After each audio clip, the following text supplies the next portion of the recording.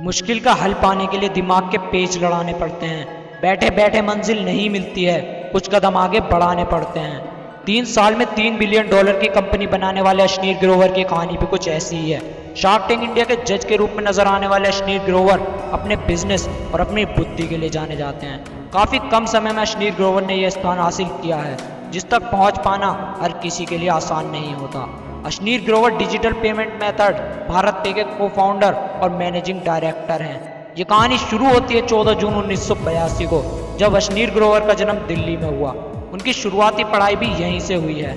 अपनी स्कूली पढ़ाई को पूरा करने के बाद अशनीर ग्रोवर ने IIT दिल्ली और IIM अहमदाबाद से अपनी ग्रेजुएशन की पढ़ाई पूरी की है।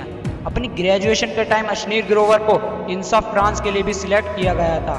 यहाँ उनका सिलेक्शन एक एक्सचेंज स्टूडेंट के रूप में हुआ था। Indian institute of technology Delhi ने अशनीर ग्रोवर का सिलेक्शन 450 स्टूडेंट में से किया था।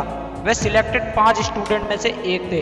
अशनीर ग्रोवर को स्कॉलरशिप के रूप में फ्रांस दूतावास से 6000 यूरोज भी मिले थे, जिससे उन्होंने अपना फ्रांस जाने का खर्चा खुद ही उठाया था। अशनीर ग्रोवर ने भारत पे की शुरुआत से पहले कई बड़ी कंपनी जैसे Kotak investment bank, Grofers, PC jewellers limited, American express में भी काम किया था, जिसकी वजह से उन्हें फाइनेंस में काफी एक्सपीरियंस भी हो गया था। अशनीर ग्रोवर 2006 से 2013 तक कोटक फाइनेंस बैंक में काम कर रहे थे, जिसके बाद उन्होंने मार्च 2015 तक अमेरिकन एक्सप्रेस के कॉर्पोरेट विकास के निर्देशक के रूप में काम किया। यही नहीं, अशनीर ग्रोवर ने 2015 से अगस्त 2017 के बीच ग्रोफर्स में भी काम किया था और उन्होंने ग्रोफर्स को एक सक्सेसफुल कंपनी बना दिया था और वे ग्रोफर्स के CEO भी बन गए थे।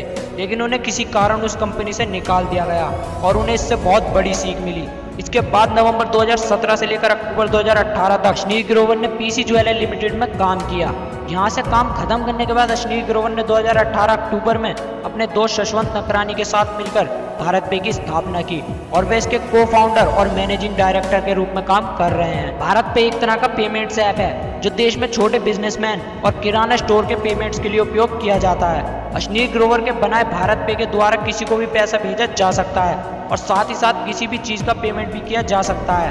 भारत में भारत पे को काफी अच्छी प्रतिक्रिया मिल रही है। साल 2018 में अशनीर ग्रोवर के पेमेंट मेथड ऐप भारत पे को लॉन्च किया गया था। भारत पे को लोगों का काफी सपोर्ट मिला।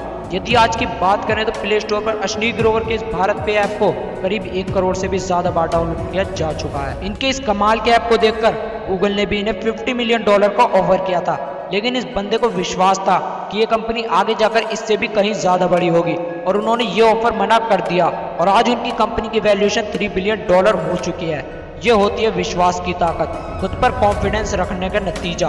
और इसी वजह से अशनीर ग्रोवर की नेटवर्थ आज करीब 750 करोड़ रुपए से भी ज्यादा है।